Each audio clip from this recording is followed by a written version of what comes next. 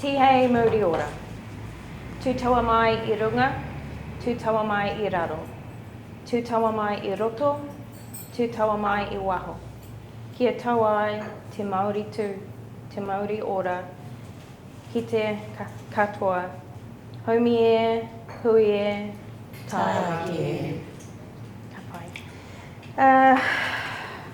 Nā mihi ki te mana whenua o tēnei takiwa, kia tau te whare etu nei. Nā mihi ki ngā mate, haere, haere, haere atu rā. Nau mai, haere mai, I ngā manuhiri ngā hau e wha.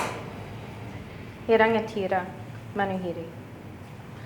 Tō pepiha, ko Don Sandbrook toku papa, ko Shami Ali toku mama, ko Julie Sandbrook toku ingoa. Ko Whanganui Techweek toku mahi. Ka huri te Māori. Ka pai. Welcome everyone to this space, and thank you to our panellists for joining us to discuss the topic of digital safety.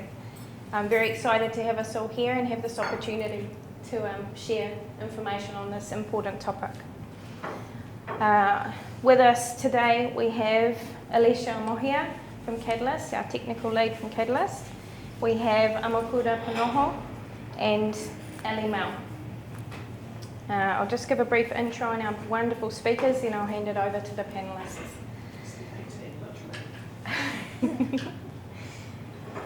Aleisha is a passionate young advocate for diversity and equity, sparked by her experiences as a young Māori Asian woman in the tech industry. Aleisha is the technical lead of Roku Kohinga at Catalyst, an open source software company where she started out as an intern in 2014. Their team looks after open source collections technology. She's also a Victoria University of Wellington graduate with a Bachelor of Science, Computer Science and Artificial Intelligence, and a Bachelor of Commerce Management and Information Systems. Aleisha holds a bunch of other roles in the community and has done for years with organisations such as the National Council of Women New Zealand, Innovative Young Minds, Wellington Alliance Against Sexual Violence, Internet NZ, and Victoria University of Wellington Women in Tech, to name a few. Welcome, Aleisha. Amokura has 30 years plus experience in relationship management and engagement, leading community and people-centred strategic development, planning and delivery programs. Her professional roles have included public service union organisations, managing government funding programs, and developing Māori land incorporation grants programs. In her last role at Auckland Council, she helped establish the 15 million Māori outcomes portfolio. Through her consultancy, Kura Consulting Limited, she works with organisations to strengthen their capacity to deliver strategic outcomes for Māori communities, hapu and iwi. Clients include Te Matatini Society, Business Mentors New Zealand, Te Puni Kokiri, Auckland Council, to name a few. Amokura is a freelance writer, predominantly writing features on Māori leadership and entrepreneurship. Amokura was the inaugural chair of the Shakti Asian Women's Group, as well as previous trustee of Auckland Foundation, and her tribal authority, Te Tahitanga o Te Atiawa, forgive me, as the chair for Parihaka Papakainga Trust and part of Kawe Tūtaki, she led the negotiations for a settlement with Crown, with the Parihaka Reconciliation Bill being legislated in 2019. Presently, she is a Pōtaki Mātauranga Māori for Netsafe and co-chair for the Pukotahitanga, the Ministerial Advisory Committee to the National Te Aorerekura Strategy for Domestic Abuse and Sexual Harm. Alison Mau joins us via Zoom this morning. She's a co-founder of Tika, a new access to justice NGO, using cutting-edge technology to support survivors of sexual harm in Aotearoa. One of the country's best-known journalists, Alison was awarded Reporter of the Year in 2021 Voyager Journalism Awards for her groundbreaking work investigating sexual harassment in New Zealand workplaces and the wider community. Might just break there, we might just give it some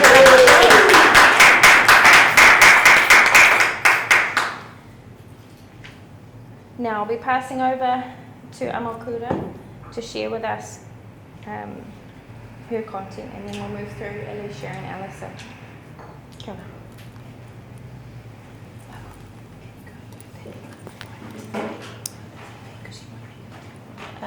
Te whare e tūnei tēnā koe, te papaki wahora tēnā koe, tēnā korua, tēnā korua, tēnā korua. Ki te mana whenua o tēnei rohi te Ātihaunui-a-Pāpārangi, me te kāhui tupua, tēnā koutou, tēnā koutou, tēnā koutou katoa. I ngā reo, me ngā tini karanga maha, e raurangatira mā, tēnā koutou, tēnā koutou, tēnā tātou. Thank you to the organisers for the invitation to be here today. And mihi atu ki a koe, Julie, mō tō mihi ki a mātou. Thank you for trying. As noted, I work with Netsafe, the only independent non-profit online safety organisation presently in Aotearoa. But I'm also bringing to my presentation today, as has been advised, my perspective in co-chair as Te Pūkotahitanga, which is the Ministerial Advisory Committee to Te Aorerekura Strategy on Domestic Abuse and Sexual Harm. So I've titled this presentation Empowering Wahine Māori and whānau through Safe Digital Environments. And I'd like to say that all of those faces are members of my whānau. One of the things I've learnt too about operating in a digital space is always to get permission when you're using images. And it didn't take me long to get permission from this beautiful wahine about this mahi that I was presenting today. So if we go into the next slide. I wanted to start my kōrero of today with this relevant wakatoki that reminds us of the uniqueness and the power of wahine. It originates from our pūrākau legend of our creation story. Tāne moulded Hiniahuoni at Kuruwaka, the genital area of Papatūānuku, and moulded her from red clay. After forming her, he gave her a hongi. She sneezed. This action is where we get the phrase tihei mauriora.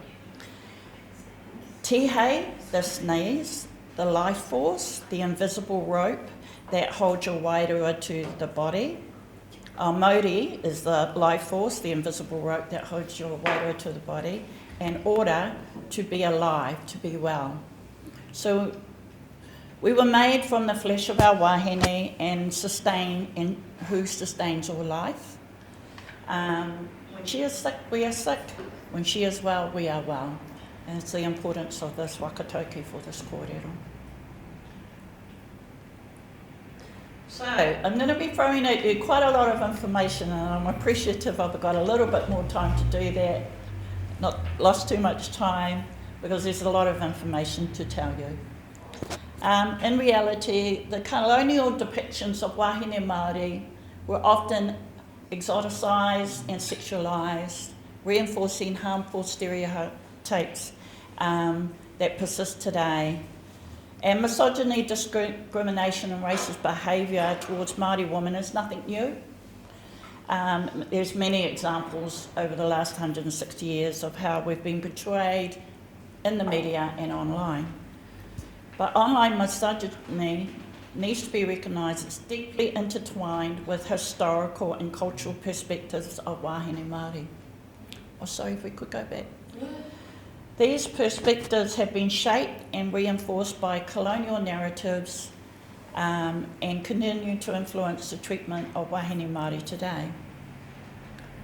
Their colonial legacies are evident in contemporary media, including pornography, where wahine Māori are often fetishised and their identities commodified.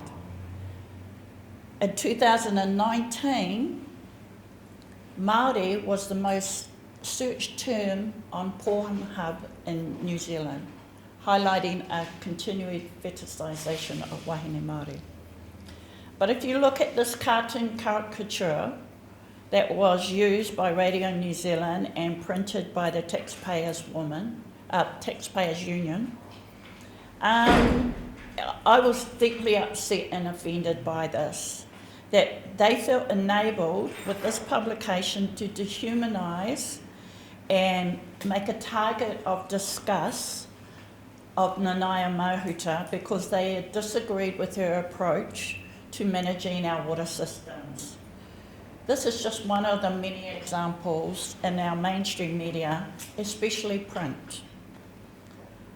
And then in the photo below that is an image from the Netsafe conference that was held in Christchurch last year. And so there's a group of women there that talked about their personal experiences.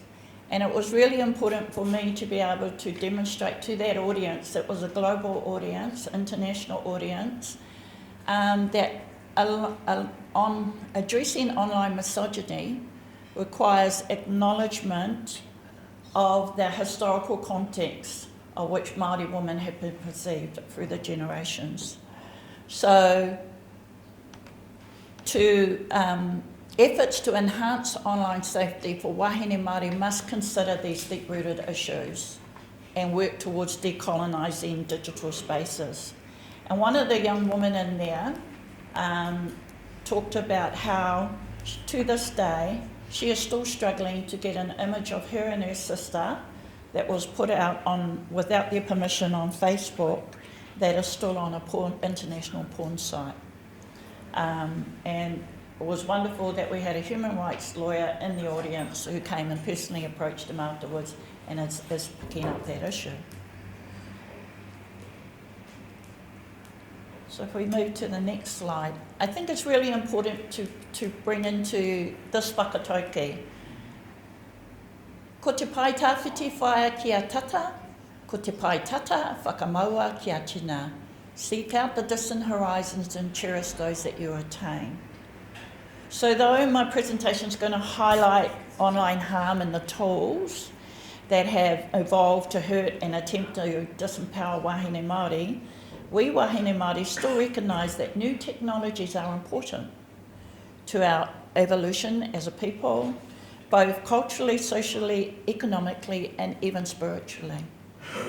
So my view, however, is that unless Indigenous women, wahine Māori, are involved in the active creation of these technological advances, these tools, these platforms, these devices, their advancement, the science and their application, the reality is our present environment is telling us that rather than creating opportunity, they're accelerating harm.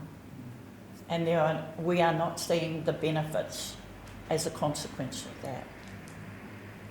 So here's some of the research. So in terms of general online harm statistics, 40% of Māori receive unwanted digital communications, with 39% that having negative impact on their lives. Māori wahine experience higher rates of online harassment, including cyber stalking and non-consensual sharing of intimate images. This has a significant impact on their mental health, including increasing anxiety, depression and suicide ideation. In 2023, the population survey by Netsafe highlighted that wahine Māori are more likely to feel unsafe online compared to their non-Māori counterparts. The survey also indicated that wahine Māori are less likely to report online abuse due to distrust in the systems designated to protect them. So these support systems and reporting mechanisms, there's a critical need for culturally sensitive reporting mechanisms to be incorporated that understand Māori perspectives and experience. And I'll talk a little bit about that later. They are perceived presently by our wahine as inadequate and not feeding their needs. So even though Māori who are victimised should be able to turn to families and friends for help, whakamā and the cultural stigma associated to whakamā and the cultural constraints limits us from doing so, alongside fear that the unwanted attention will transfer to their whānau. So there's a need for well-curated, evidence-based, credible and accessible educational materials to support the most common strategy of self-education. That has to be one of the best and biggest tools that we work on to reduce and stay safe online. And that means investing in public health and education and curriculum development for schools and for public health professionals. Rangatahi are disproportionately affected by cyberbullying, and preparing them to navigate their online space is essential. Public health professionals need support to do that, and I would say social workers in schools, and what we are being advised of, are reporting a significant increase in the number of self-reporting that is coming from their students.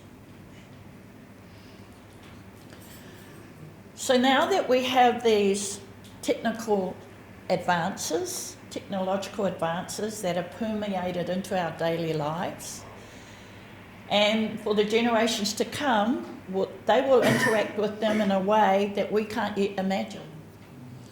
We need to look at how do we provide guidance and not leave another mess for them to clean up. In New Zealand, calling our country by its original name, Aotearoa, is enough to start an argument or a fight online. Thankfully not out in our streets yet, but you had to wonder after COVID whether or not that was the potential was there. New social media networks formed have amplified the historical issues of structural racism and increased anti-Māori content online. As I said before, Māori women sit at the crosshairs of being targeted by both misogyny and racism. The important thing to note is the increased pace of production, the increased frequency, and the ferocity of the kind of content targeting Māori, our language, our worldview, as well as our community. 1 in 3 Māori experience racial abuse and harassment online, with Māori women targeted the most, particularly to those with moko kauai. There's already been a number of some of our media personnel talking about that. So I wanted to talk about that image. Sorry, if I could just go back to that image.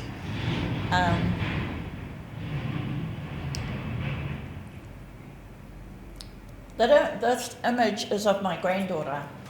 We were really rapt when it came out. It was during Fashion Week in the front page of the Viva supplement that was added to the Herald that went all around the country, and we were really proud because she had always had aspirations to be a model. However, when I get involved in more and more and look at more and more of the research that I do by way of my role with Netsafe, my anxiety is going through the roof. And just recently she appeared in a Facebook reel performing with her kapahaka group at the Tamaki regional competitions a couple of weekends ago. Last time I looked, it had 792,000 views and 15.5 likes. It's a beautiful demonstration of a young wahine performing our culture, showing her enjoyment in doing that. And of course, normally you'd be proud, right? It would even be in certain environments newsworthy. But to be honest, I'm nervous. Her parents are nervous that attention could be harmful for her. So these are the kind of things that we are now having to navigate our way around when we're talking about online safety. So, 14 to 15-year-old Māori girls are the most vulnerable, even more so if they have a disability. Māori teens are significantly more likely to have lies or rumours spread about themselves and have been called names they don't like compared to other ethnic groups. The percentage of Māori teens reporting to have been threatened online is higher than non-Māori European counterparts and double that of Pacifica. So, compared to other groups, they are receiving digital communications across a range of different types. Most common unwanted digital communications are being contacted by a stranger. Recording stopped. And accidentally seeing inappropriate content online. More likely to receive unwanted nude images and to get requests for nude images. Traditionally, they would look to their parents and their whānau from a cultural perspective for guidance, but the parents are even struggling about how to provide them advice. So education of the parents is becoming more and more important. However, we've got a whole generation of kohanga reo and kura kaupapa Māori graduates, what we define as raukura, who are coming in out bilingual. Te reo Māori is their first language, and they're fully immersed in Māori culture, which should create a safety net. However, with the introduction of AI and the cool stuff that can be immediately generated, these new platforms are also being used to manipulate cultural norms and become weaponised.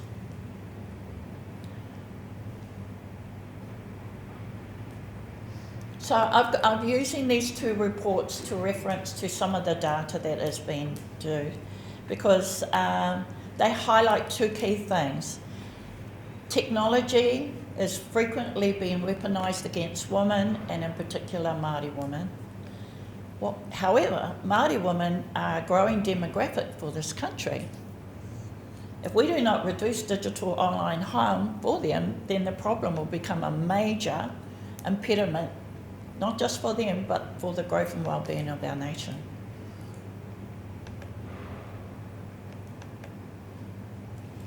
So, my perspectives of, we've got to look at this from a wahine Māori-centric approach.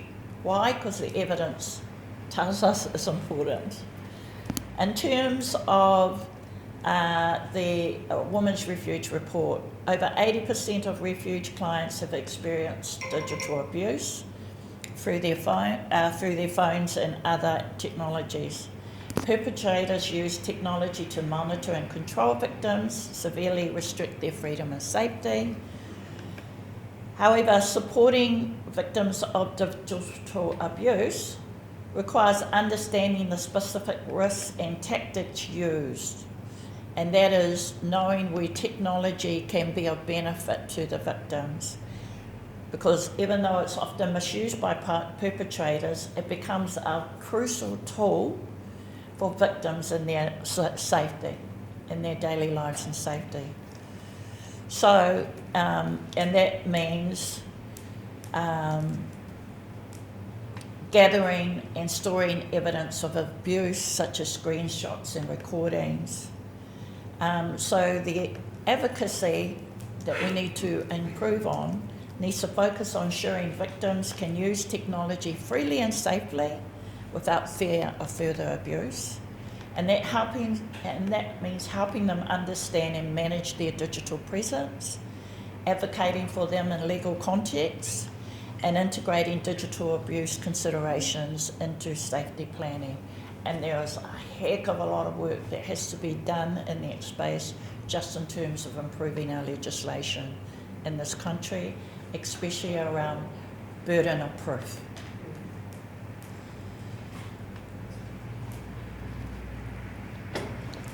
So, there is good news from the other report in terms of wahine Māori are the workforce of the future. Presently, they generate $5.9 billion in value across all sectors in the economy. With the inclusion of unpaid work, that increases and nearly doubles to $12.5 billion, equating to 3.2% of the national production GDP. These are the kind of figures that Treasury understand and politicians respond to. They're the fastest growing female population base, and they will play an important role in growing the future workforce of Aotearoa. Between 2018 and 2043, the population is expected to grow by over 50%, meaning that by 2043, they will comprise 20% of the total working age population. That's a significant demographic.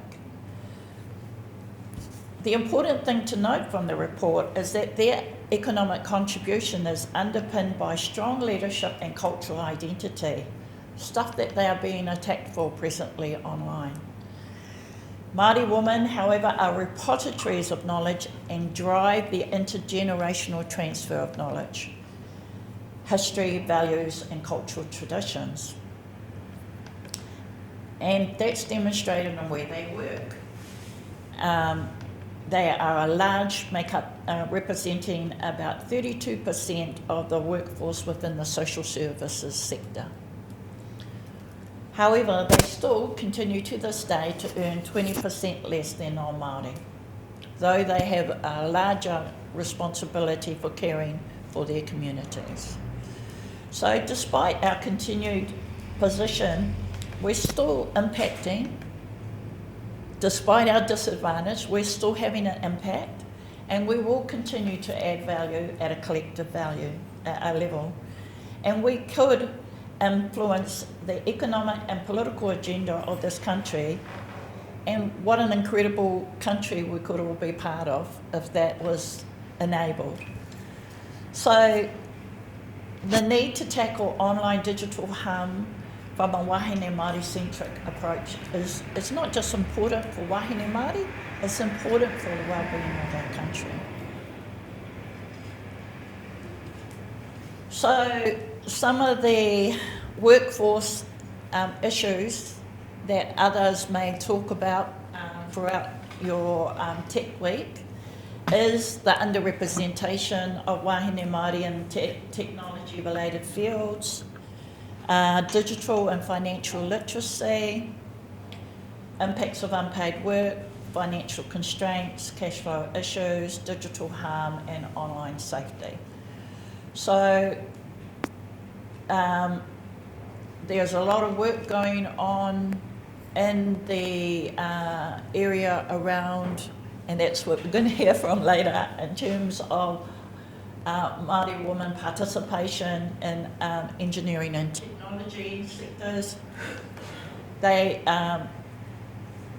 but the lack of engagement diminishes their ability to engage in e-commerce, access digital financial services and protect themselves from digital harm.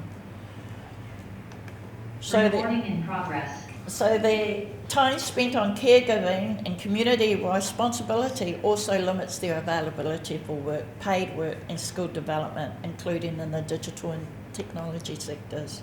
I think that's a really important message to get across. And Māori wahine entrepreneurs often face cash flow problems and financial stresses. We all do in our present climate. But this is exacerbated by limited access to technology and digital tools that could help manage and grow their businesses more effectively.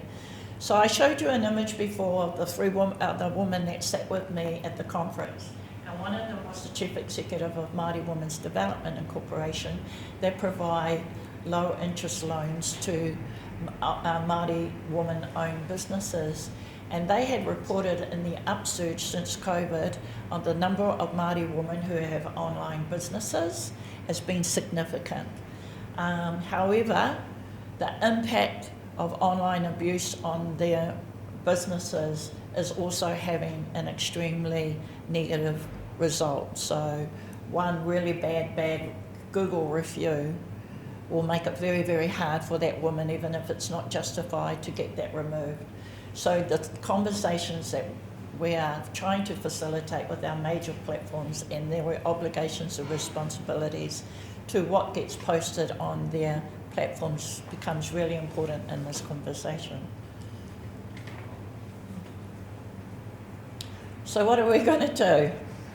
I had up there a story from a woman called Tui Shortland, who was the first Māori woman elected as the chair of a regional council anywhere in the country, ever.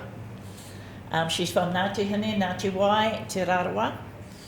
And she had faced a torrent of online abuse as a consequence of her taking on that role as the chair of the Northland Regional Council.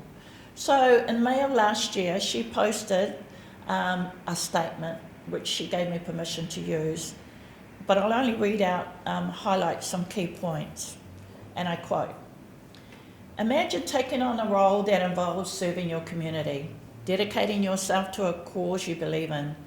Now envision that commitment being overshadowed by a torrent of harmful digital communications, threats, derogatory language, racism and false accusations that shake your sense of security and question your purpose." And she's gone on to say, "In lodging a complaint, it was a declaration of my right to safety," when she lodged that complaint with Netsafe. "Our online spaces should be platforms for positive change, learning and growth, not sources of distress and despair." I'm sad to report she's since resigned from being the chair of that regional council. So, what do people like me, who are in the roles that I am, attempt to do to, rather than let this tidal wave of technological advance overtake us and undermine us? And one of the things that has happened just recently is that the National Iwi Forum that was held in April, in May, they established in Iwi's Leaders Group, Po Tangata Online Safety Forum. And we have developed a draft strategic plan that I've got permission to socialise with you today. And that is the 5 objectives that's outlined there is to increase awareness of online risks for wahine Māori and tamariki, elevate the understanding of these risks amongst our community, and to provide practical tools for managing these risks. Enhance reporting mechanisms for wahine Māori and tamariki, simplify the process for reporting online harm, ensuring it's culturally responsive and accessible, develop Māori-centric educational resources, and produce content that is relevant to both tamariki and adults within marae and wider community settings. And can I just say that in one of the Māori rural communities that have reached out to me recently, the traditional korowai that we would place around these young children that are at risk isn't working because the language and the terminology has completely changed. That's when I'm talking about the pace of these changes and our ability to keep up. So not only did they have the forum, the National Forum, recognise the importance of this issue, but they recognise the importance of them upskilling themselves and becoming more and more familiar as leaders at a political, cultural, economic, social level of the pace of change. And in order to do that is to foster international collaboration, to look at what are our Indigenous brothers and sisters doing in this space and how could we potentially position Aotearoa, despite all the rhetoric around the treaty that's happening at the moment, we are a global leader in terms of engagement with Indigenous communities, how we could utilise that to position ourselves as a global leader in working with technology and tech companies to create safe online communities. So,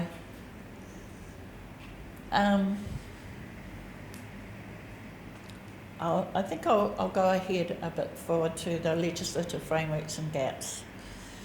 So, the current legislation, which is the Harmful Digital Communications Act, was passed in 2015 to provide quick and affordable ways to get help if someone is receiving serious or repeated harmful digital communications.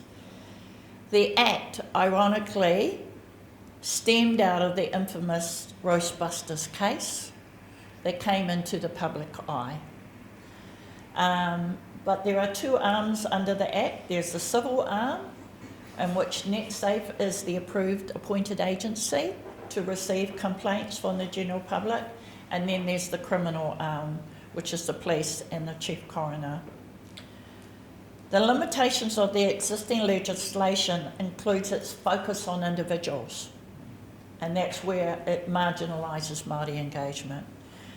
It doesn't look at groups as targets of online harm, and that is even for our migrant community, our disabled community, our LGBTQ community, and it doesn't keep pace with advances in technology causing online harm. For the example, the Act does not explicitly prohibit use of abuse using artificial intelligence, AI, which is becoming increasingly common, where the creation of deep fake or synthetic intimate images depicting real people in situations that are not real. These can be shared online and used for threats or blackmail.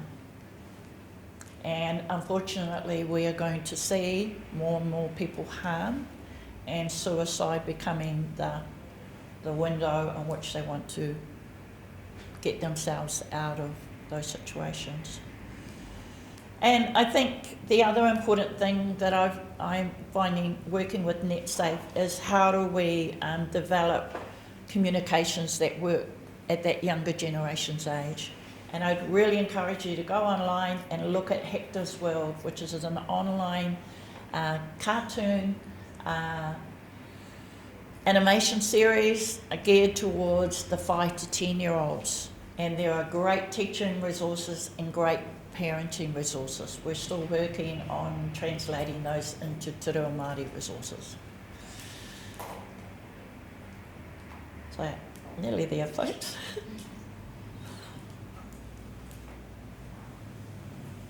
I'm just trying to get to my next notes.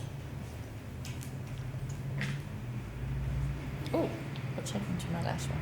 So, anyway, I've lost my last slide. So, as a result of working with the National Iwi Chairs Forum and the establishment of the Iwi Leaders Group Potangata for online safety, I'm come to this hui today with a call to action.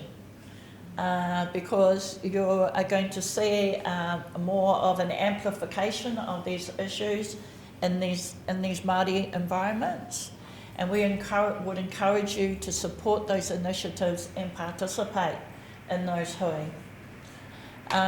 Promote safe online environments for wahine Māori, and support the role of Netsafe for advocating for more resourcing. Presently, this financial year, and I don't care if it's recorded, but they faced a 20% reduction in their budget through the Ministry of Education, and the most important part of some of their work around creating educational tools. And I think the other important thing from an advocacy point of view is to remind the tech sector the importance of having te ao Māori views, especially the participation of wahine Māori in rangatahi and co-design. So I'd just like to close off with one final saying from Tui. Together we can build a digital landscape that aligns with our values, where our voices are heard and where respect and empathy reign supreme. Let us be the architects of change, shaping a future where harmful digital communications hold no power over our well-being. Nō reira, tēnā koutou, tēnā koutou, tēnā koutou katoa.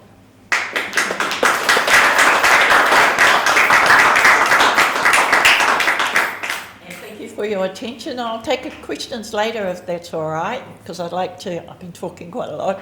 I'd like to hand over now to Aleisha. Thank you. Ko Aotea te waka, ko Ruapehu te maunga, ko Whanganui te awa, ko te Ātihaunui-a-Pāpārangi te iwi, no Taumaranui me Cambodia me India o, kei te noho o ki te Whanganui Ātara, ko Aleisha Amohia tōku ingoa. Tēnā koutou, tēnā koutou, tēnā koutou katoa. I really don't know what I can even add to Amokura's presentation. That was really valuable. Thank you so much for sharing that, and thank you, Julie, for having me. I don't have any slides. I just came to talk. And really, I'm going to touch on quite a lot that Amokura's already mentioned. But as Julie said when she introduced me, I'm a software developer. I have a background in the tech sector, so I'm hoping to kind of bring some more insights from that lens to this kōrero. So as Amokura said, misogyny and online harm is rooted in colonialism and started offline. And we can't shy away from the fact that in this digital age, it's online as well. And the same groups are bringing it into these online spaces. People can and will use tech platforms in very simple and creative ways. Often it's for good things, to connect people, to organise and activate communities, to share news and resources, to grow business, to engage audiences. All of these things are really positive ways to use technology. And unfortunately, it's sometimes used for bad. And Amokura, you've already mentioned deepfakes and cyber stalking, the media misrepresenting our people, creating narratives that are untrue, spreading misinformation, disinformation, doxing, which is the spreading of personal information. Women politicians in this country have been very strong targets for online harm. There's been a lot of investigation into that. And there are things that we can do as users of technology that could potentially protect us from malice online. Some of the things that you mentioned, we can be educated on what online scams look like, especially through our emails. Basically, the advice around that is to trust your gut. If it doesn't look safe, if it looks a bit dodgy, delete it. Do not click on anything in there, and definitely don't reply. We can lock down our accounts and our posts. That's privacy settings. I have a lot of friends who use fake names on social media so that they're a little bit harder to find. Being careful when we're posting pictures of people's faces, as they can be used in really harmful ways. Turning off our location sharing, being wary of connecting to public Wi-Fi. Like, there are lots of tools that we can use to try and protect ourselves. But of course, learning tools and techniques like this isn't enough. People will continue to be dodgy, and if there are victims of online harm, that means there's also perpetrators. And there's a lot of research around the factors that influence people to go on and do harm, especially with that added layer of doing that online. I don't have that research with me today, but there's plenty of it online, and I think the Classifications Office, who was supposed to be with us today, have recently put out some research on the links between violent extremism and misogyny and what that all looks like in online forms. And as you mentioned, there are health system reforms and education changes that could be made so people don't go on and then commit harm. There are plenty of influences there, and that's only a small part of it. But that's not my area of expertise. The onus can't be all on us to protect ourselves from harm, is what I'm trying to get at. We deserve to be able to engage with the same platforms as everyone else, to have healthy relationships with our devices and with the internet, and we deserve to not have to feel that whakama that you spoke about, and when we have to report harm that's happened to us. Some people say that we could just stay offline. That's completely unreasonable in today's society, of course.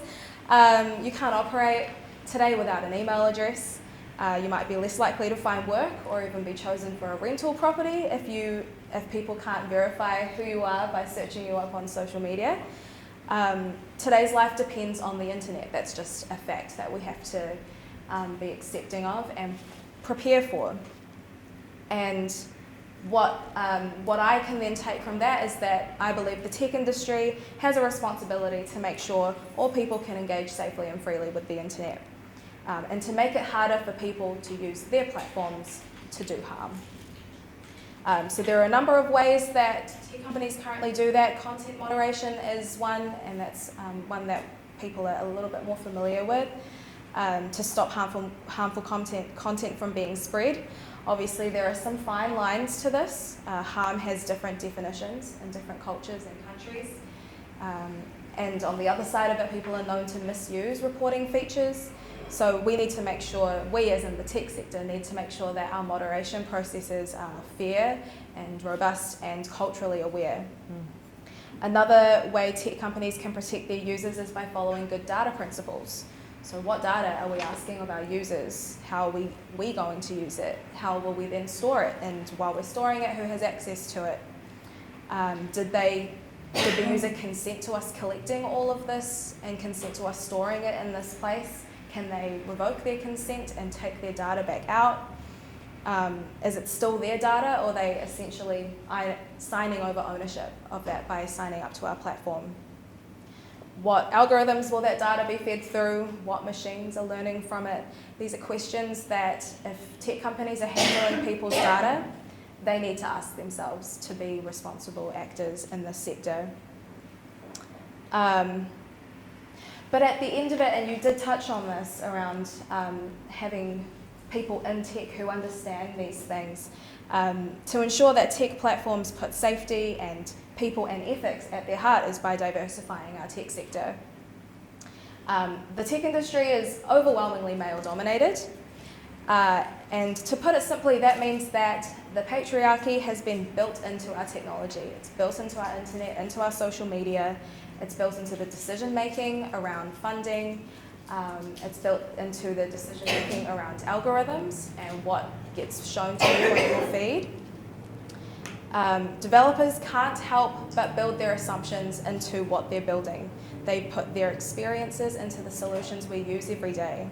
So, if our developers are all straight, white, cis, able-bodied men, it's pretty unlikely that they'll consider how any of this panel will interact with their work. They won't, and they can't even think about it. So that's where we come in.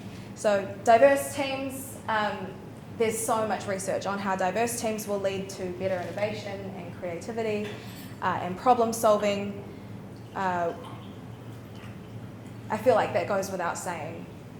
And if we make sure that there's more of us in those spaces, in those rooms, making decisions about what solutions get built, making decisions on how data is stored, writing the algorithms that decide what gets shown on your feed, people will have safer and more wholesome experiences online.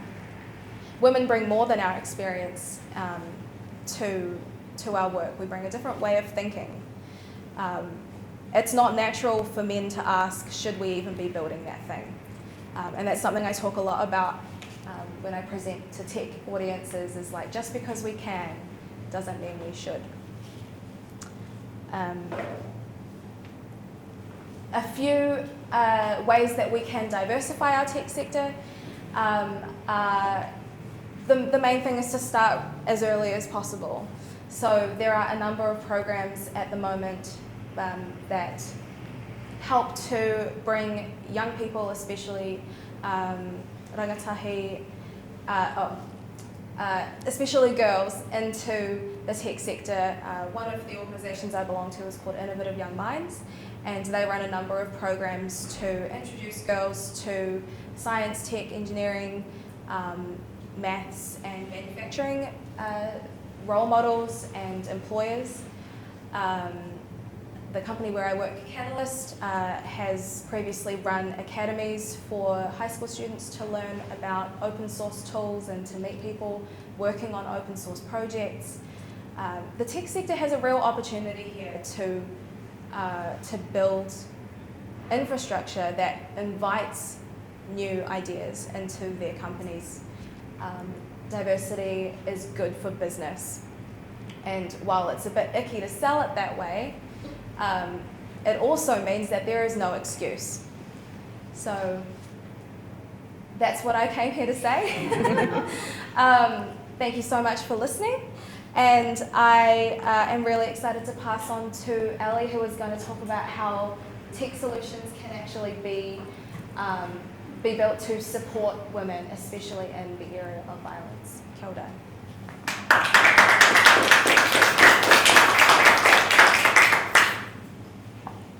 Kia ora koutou, ko Ali Mau toko ingoa. I'm so pleased to be here and thrilled to hear the kōrero from Amokura and Aleisha, such wise words.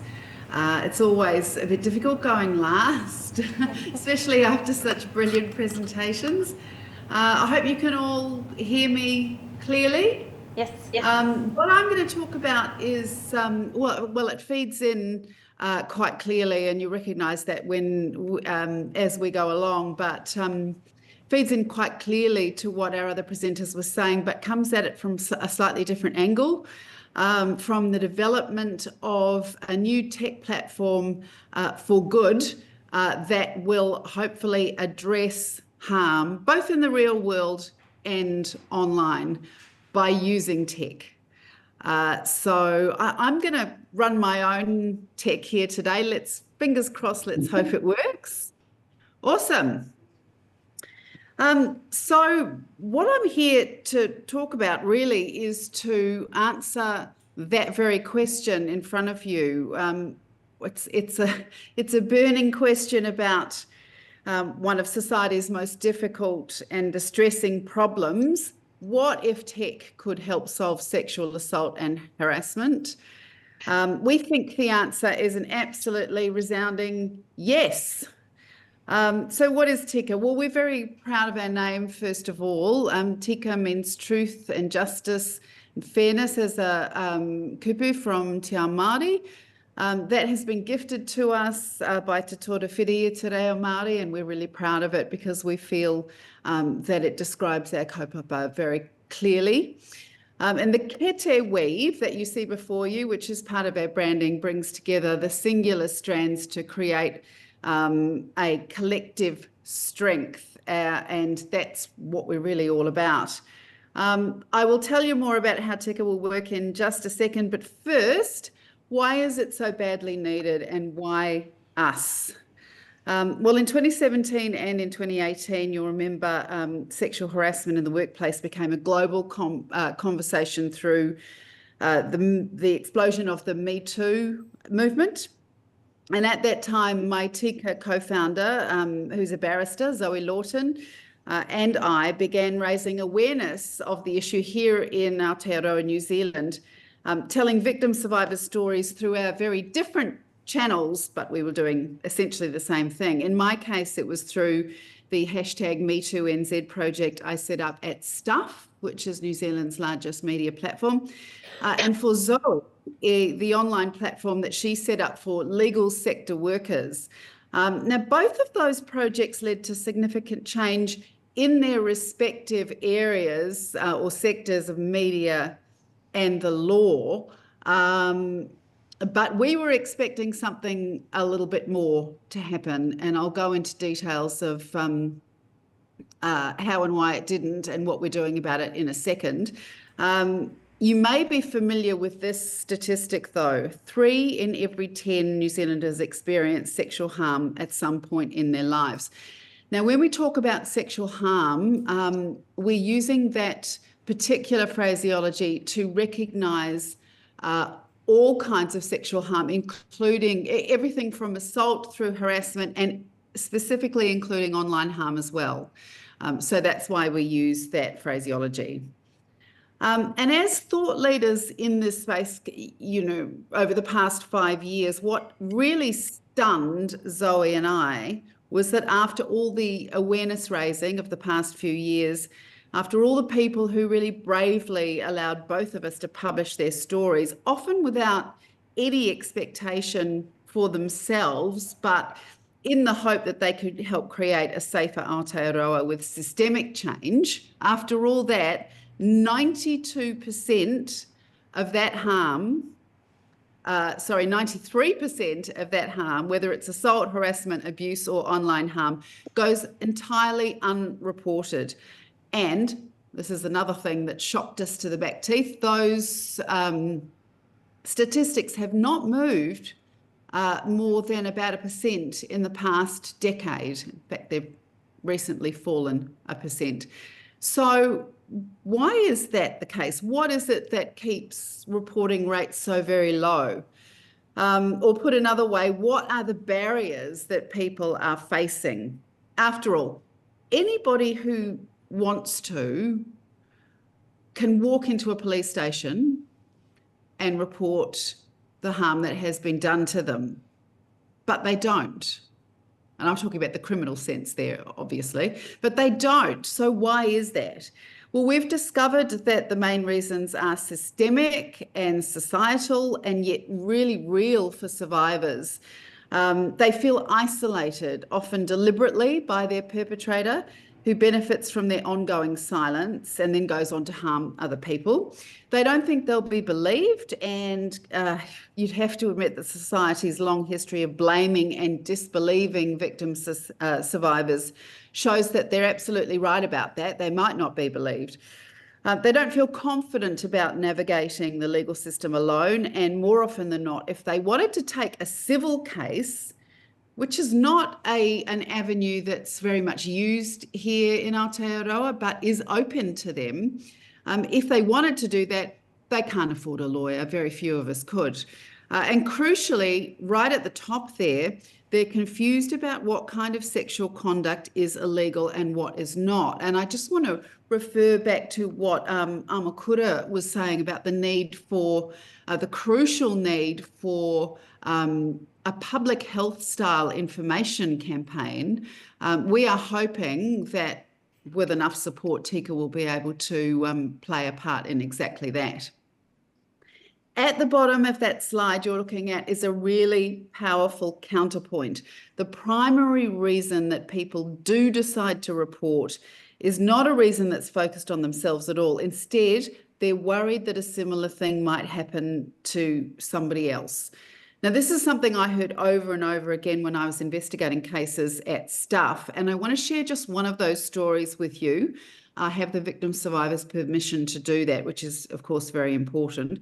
And in fact, this was the very first investigation my Me Too NZ team released all the way back in mid-2018. Now, I need to give you a content warning here. This subject is very sensitive, so please take care of yourself if you've been impacted. For months and months and months after we first launched our project at Stuff, my colleagues Michelle Duff and Amanda Saxton pieced together multiple allegations of predatory behaviour by a man called Craig Coning. He was the founder of a charity, a young man in his 20s, founder of a charity who led medical missions to isolated Tongan islands on his own boat. It was a really powerful article, but it's what happened immediately after it was published that really blew our minds. Sitting up in bed looking at the Stuff website that night was Craig Coning's former partner, Amy. It was her practice. She's a Kiwi. She lives on the Gold Coast, and it was her practice to check in on the New Zealand news every evening just before she turned out the lights at night. And she was absolutely stunned to see the man who had raped her 14 years earlier on that homepage. And in that moment, she made the huge decision right then to report to police. She flew to New Zealand, and we met. And we helped her lay her complaint up to the third level interview, and so she could get back to her family on the Gold Coast as quickly as possible. And 2 years later, her bravery saw Craig Coning convicted and sentenced to 5 years jail. Amy told me that when she saw that article, she knew she had to come forward. In fact, she told me she might not ever have done that if she hadn't found out that he had also harmed other women. She recalls sending him a Facebook message in 2012, so some years after the original assault, and telling him straight up, if I ever hear that you've harmed anybody else, I will go to the police. And eventually she did. And the outcome for Amy was good. We know it doesn't always end up that way. And after that, I had hundreds of people tell me, Ali, it's too late for me and my situation, but I just want the behaviour to stop.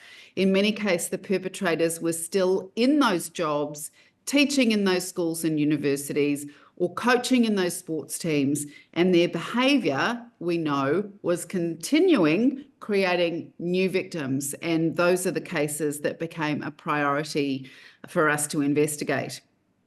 We know that when survivors are silenced through shame or confusion or any of those reasons in the police research that we looked at, perpetrators gain confidence and they often go on to form a pattern of behaviour. They harm one person after another over time. So what can we do to disrupt that? When we started thinking about this issue and how to solve it, we were very much aware of how effective collective action can be. In both the big cases that grab the headlines and the less high-profile cases that we hear so little about, the voices of survivors are stronger when they stand together. And of course, in cases which do reach the justice system, the more complainants are involved, often the stronger the evidence. As the wider system stands right now, there is no simple way of achieving that.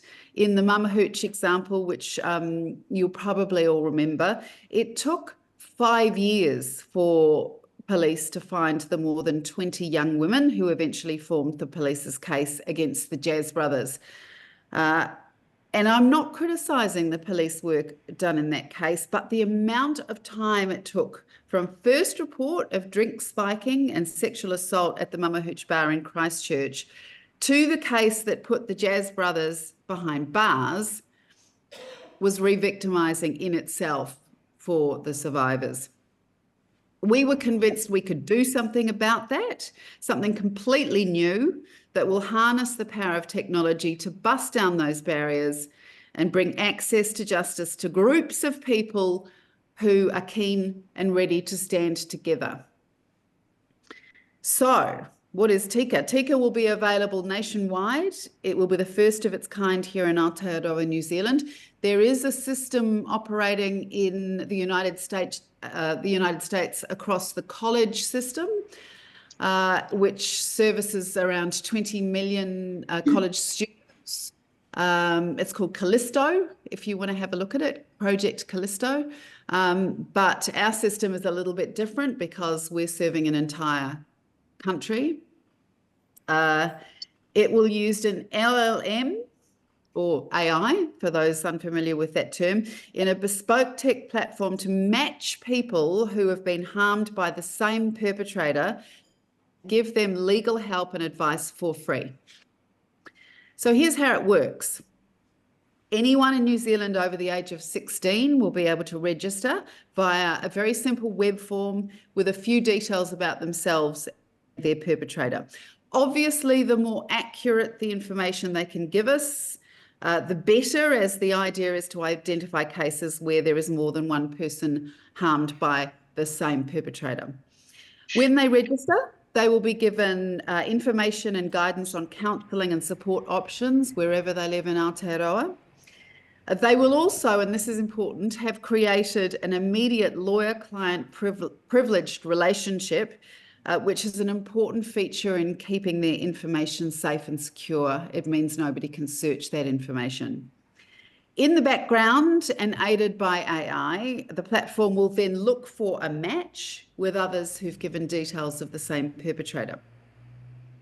Once a group of 2 or more people has been identified, they will be contacted individually and given options of their legal pathways, regulatory body processes. For example, they may prefer as a group to go down the path of a complaint to the teaching council or the medical council. The groups then choose the pathway based on the outcome that's most important to them, and a Tika lawyer represents them from start to finish. So that includes, this is a non-exhaustive list, by the way, that includes a criminal option, the option of taking a civil case through the Human Rights Commission. It might look like mediation. it might just look like the survivors deciding in the end that they would like to know who each other is and have an opportunity to meet each other. Now, it's important during, not to get too much into the weeds, but it is important during if they choose a legal process, that they are kept separate. The advice to them is kept separate and they're not introduced to each other, because we don't want to run into a situation where we're being accused of evidence tampering or collusion, etc.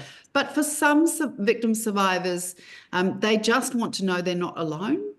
So in the end, the idea of simply being able to meet each other and talk as a group may be what they wish to do. Our model is based on group reporting because, as I said, we know how effective that can be, but we do plan to have a pathway available for those who've registered and don't get a match as time goes on. That's something we're developing with the help of New Zealand Police at the moment. So Tika's mission is fairly simple. We want to remove the barriers victim survivors face and help them find justice. And as we do that, our system will start also to have a powerful preventative action, breaking that chain of harm and holding serial perpetrators to account. This is a non-exhaustive list of stakeholders who will be incredibly important in our journey to bring this service to victim survivors. And I want to acknowledge at this point that we know there's plenty of evidence that marginalised communities suffer greater rates of harm. And that includes wahine Māori, that includes the disabled community, the LGBTQI+ community. So it is really important that we are reaching as far as we can into those communities and giving them confidence that they can engage with us and in a safe way and appropriate way for them. We're quite a long way through consultation at the moment with many, in fact, most of these stakeholders, and we're down the track in some cases in creating formal relationships with them, which will help us do all of that. It occurs to me that Amokura, we should have a chat at some stage because of the things that you were saying, and also your expertise and the number of wonderful organisations that your expertise reaches into would be super helpful for us. So let's definitely talk outside of this forum.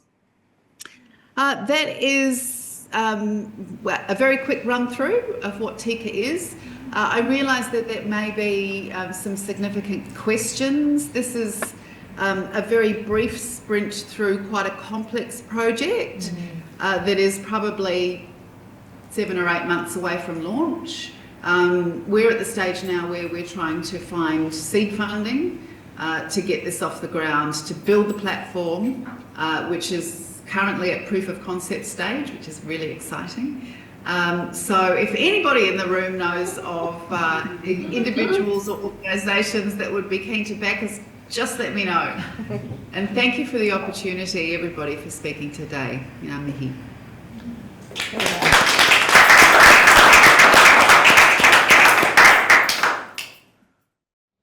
Wow. This is a time and space for us to share kōrero. So whether the panellists want to kick that off or whether there's anything from the floor.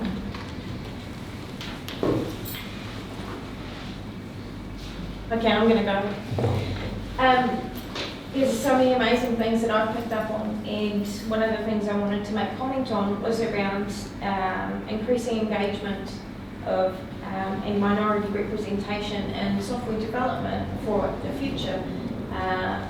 One of the key things you referenced is the Eurocentric way that we now operate, given colonisation, and having diverse teams is all well and good, but if the processes and the systems don't even understand that they need to have an equity perspective, that's one of the things that I've observed within my engagement within industry spaces, various industry spaces, that's often lacking. So while some organisations may tick a box by having equity representation, the representation's engagement within the internal processes and systems can be lacking.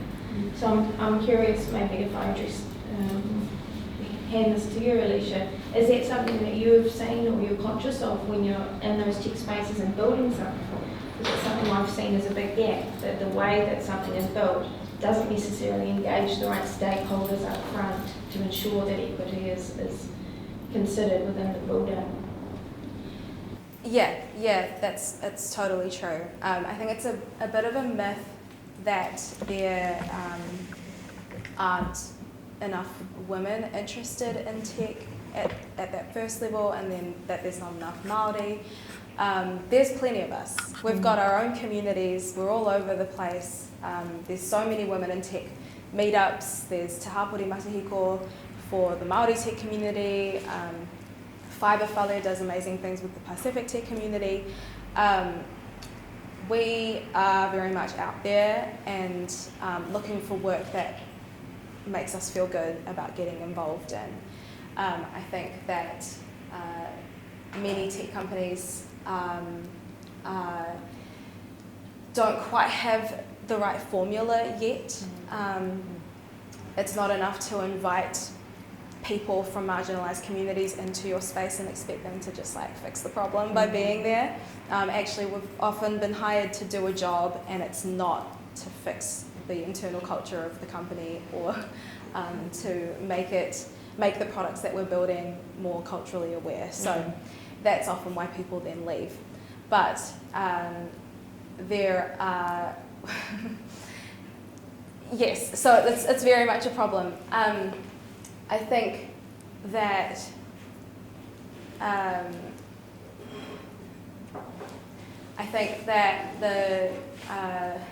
it's one of the ways that we can kind of move around that and move past that is to have more of our communities in those leadership positions, guiding the values that we have and the values that we instill in those building processes.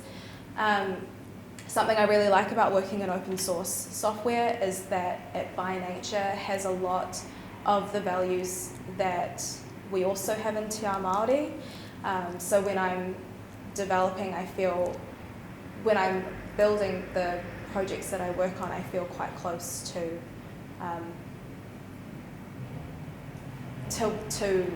my heart. And so that's quite nice. And I think that just because not every project is open source, but that doesn't mean we can't also try to embody values of sharing and looking after our team and building toward a collective goal. Why there's no reason we can't also have values like that in the wider tech sector, and that's on the people we currently have in leadership to either take on that challenge or move aside so that more motivated people can do it for them. Lovely. Would anyone like to add to that? I agree, and I think in terms of what I was pleased to see with the work that's just come out about the contribution of Māori women to the economy is that it demonstrates you ignore us at your peril. And the fact that Alison and a collective of women came up with a technological solution is a prime example of that we are inevitably going to get there. You could increase the pace by which we could be the innovation and the culturally appropriate tools that would make us global leaders by removing the barriers and the constraints and improving protections, because that would accelerate and would have a huge impact on us as a tiny, small little nation, but we can demonstrate to the world what good practice and best practice looks like. We've done it in other spaces, where we've been brave to lead, and I acknowledge, Alison, that you would have had to be brave to go on to have those conversations that you had, because that would have possibly put you at risk as well. And you know, the media and the way in which disinformation has impacted on the credibility of media in certain environments. But I believe that we will inevitably get there. It could be easier. It could be so much easier, and I'd like to think that in my lifetime it could potentially happen. But then where I see myself is, because I should not be, it should be someone much younger than me speaking in this space. I'm there by default because of an incident that happened with my grandchildren at their school. And Netsafe made an approach to me, and their timing was perfect. And I didn't realise the absence of a voice. So part of the work that I'm doing with the iwi Leaders Group is to accelerate that noise and that voice. But we need models of practice of where solutions could be, and that's where what you're doing comes to the forefront of that, because what I know in that space, after years and years of trying to have visibility at a political, economic space, they're time poor, and are looking for solutions yesterday. So we need good models of what will potentially work for us, and so that's where that innovation in your generation is going to show us the way. Alison, you might have some whakaaro about that. Yeah, I'm not a tech person, and I'm also not a lawyer. I'm a bit of an outlier in my my kind of the overarching idea of our project, but I am really passionate about the outcomes for victim survivors of all kinds of harms, whether it's in-person physical harm or online harm. It is very important to our project to have expertise in, you know, all facets of the problem that we are looking at. We have one of Aotearoa's most experienced tech. He's actually a former tech developer. Now he's a partner at a law firm and one of the country's foremost experts on the Harmful Digital Communication Act. He's on our board, which is super helpful. I guess, yeah, it's odd for me to be sitting in a space where I'm developing a tech platform, but it seemed to be the most obvious way to address a really gnarly problem that has quite a lot of ambulance at the bottom of the cliff resources. I mean, you know, those resources, everything from, you know, counselling and other kinds of help, could always use more money for their kaupapa, but there just didn't seem to be much preventative work around.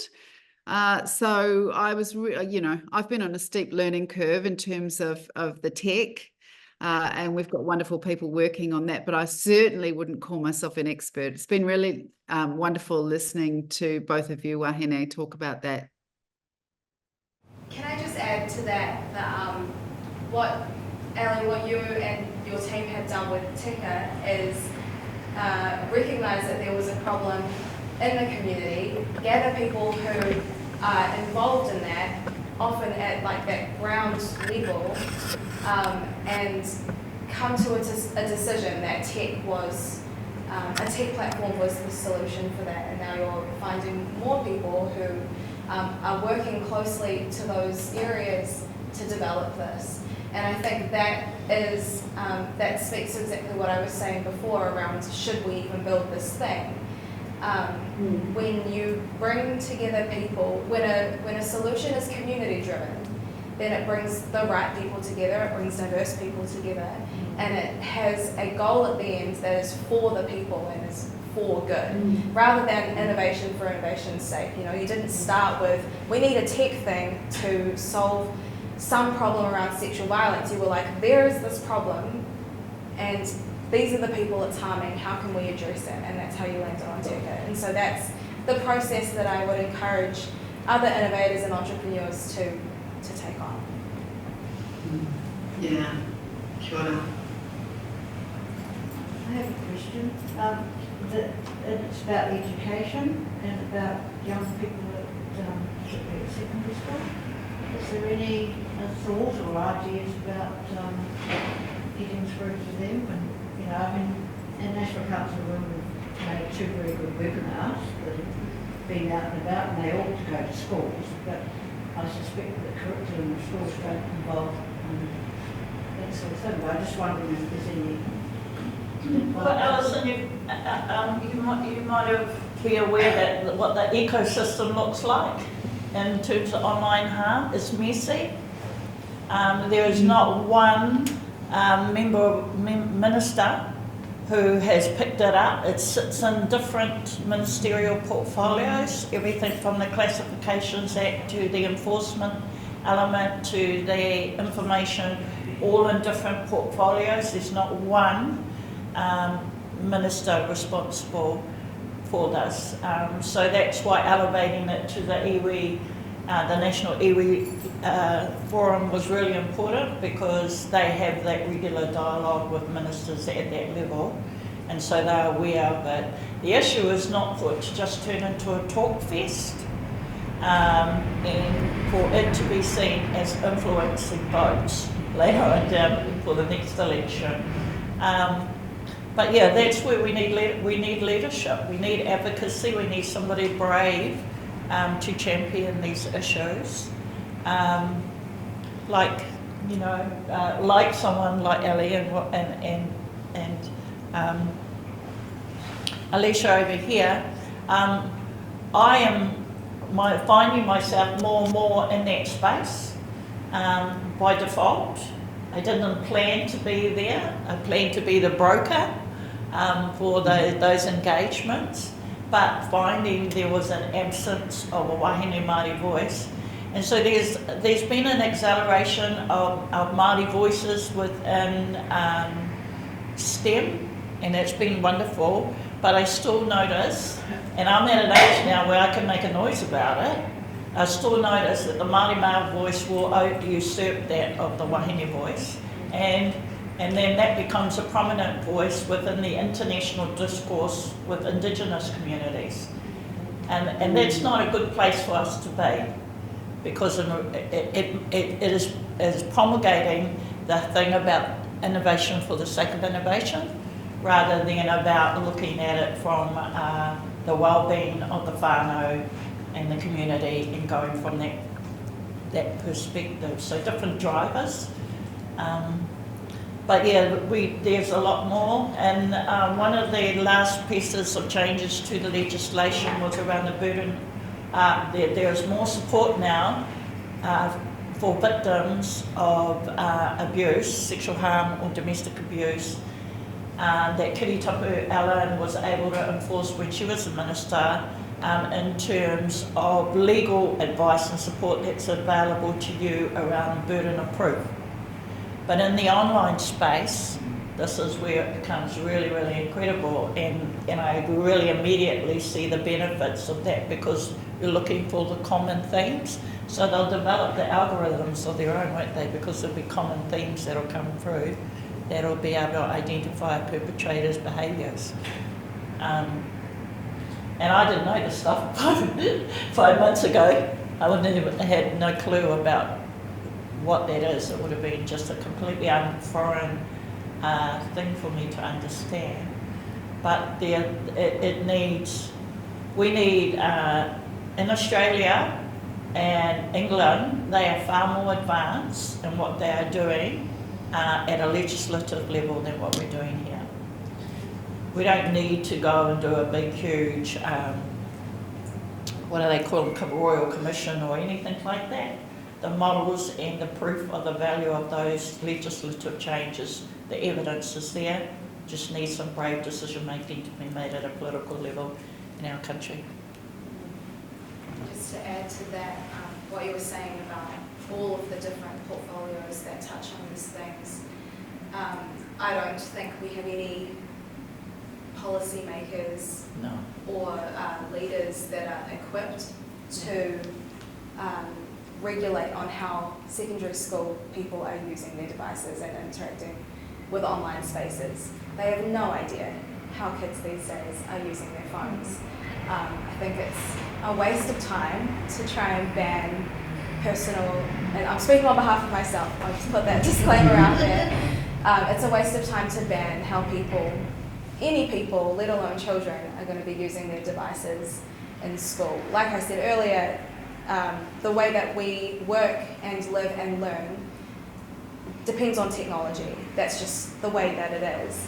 And if we then try to put rules and regulations on how young people interact online, this is coming from a place of people who grew up with technology differently and understand it differently. There is a serious mismatch in understanding there. I think if there is going to be any, there should be some policy on how to safely navigate online spaces. I think it needs to come more from the perspective of how to safely provide online spaces for people to use. But if there is going to be any policy or regulating around that, there needs to be youth voices guiding how people actually use those spaces. And yeah, the people that we have to write that policy and guide where that goes currently don't understand it. Then there's also the issues of governance and holding people accountable and ensuring, when we spoke to some comments earlier around people building tech, making sure things are in place, but at the moment there isn't that governance level, that oversight over people building things to enforce anything or to ensure that those parameters are met. Data governance is a classic example, just one example of the lack of governance across spaces. Yeah, that feels like an opportunity that the government could kind of create this base level standard of how do we do good data governance and that kind of thing, but the government themselves do interesting things with our data as it is. So there is room to grow and improve. Sorry, just to add, as a Pacific woman in the tech space, the self-determination of I'm speaking to my current experience within the space of education, and as a group trying to self-determine and collectively come forward to work together and provide solutions, because that leadership isn't necessarily there, or the visibility isn't there in the forefront of their minds. The decision makers aren't aware that these are problems that we face and these are things that we need them to address. Yeah. I do know that there is a national conference on technology and policy coming up in the end of July, of which Netsafe have co-partnered with, and that is very much driven towards that. The thing that I am a bit wary of is who driving those conversations, because the tech sector is very popular now, and there's that populism is enabling primary voices who are already well represented in that space to have all the oxygen. Very diplomatic. So I'm getting cognizant of that, and I'm really hoping that by the time if it gets signed off in late August, that we are going to be hosting an international Indigenous conference around online safety to coincide with Waitangi Day, our Waitangi weekend next year. That will be sending not just signals to our tribal leadership and community leadership about their need to increase their understanding of that space, but it will send messages to the technology sector, who are always trying to cozy up to iwi around investments and infrastructure, and all of those kind of things. So, you know, that's the power, for want of, you know, within the context of the New Zealand political landscape, despite what the people say about the rhetoric around the treaty, that's the degree of influence, because we have a global audience that looks to New Zealand as an international example. It gives us a platform to do that. It will enable us to influence the Amazons, the Metas, and all of those to say, oh, do we need to be part of this conversation? They've already, what I saw, and when Netsafe hosted its national conference, it was during the time of the Christchurch terrorist attack, not hearings, what they call it, you know, anyway, it was that anniversary, and so it was really timely that with the number of major tech companies that were in the audience, that they were kind of seeing a holistic conversation was happening around where their obligations and responsibilities are. And my understanding that I took away from that, they really zoned in on that. The problem is that the tech sector gets in there and it becomes very, very transactional. And the relational side of things, you know, gets pushed to the back.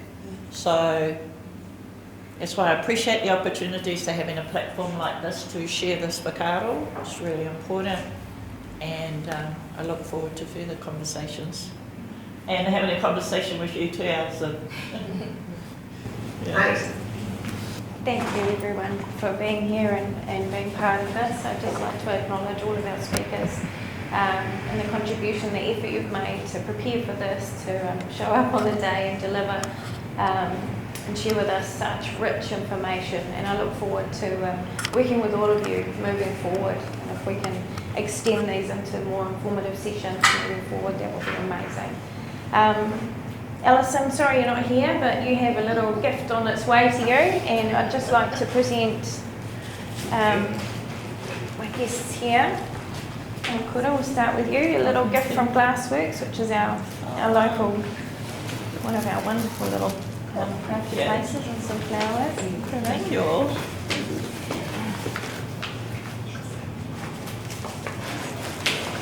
Oh, whoops. That's how all the water got spilled.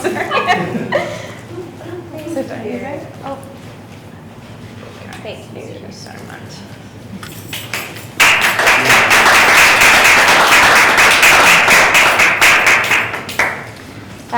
Folks, I'll just close with a karakia, and once that's done, you're free to stay and enjoy some kai and drinks if you'd like, and to have a wee chat with our panellists. All right.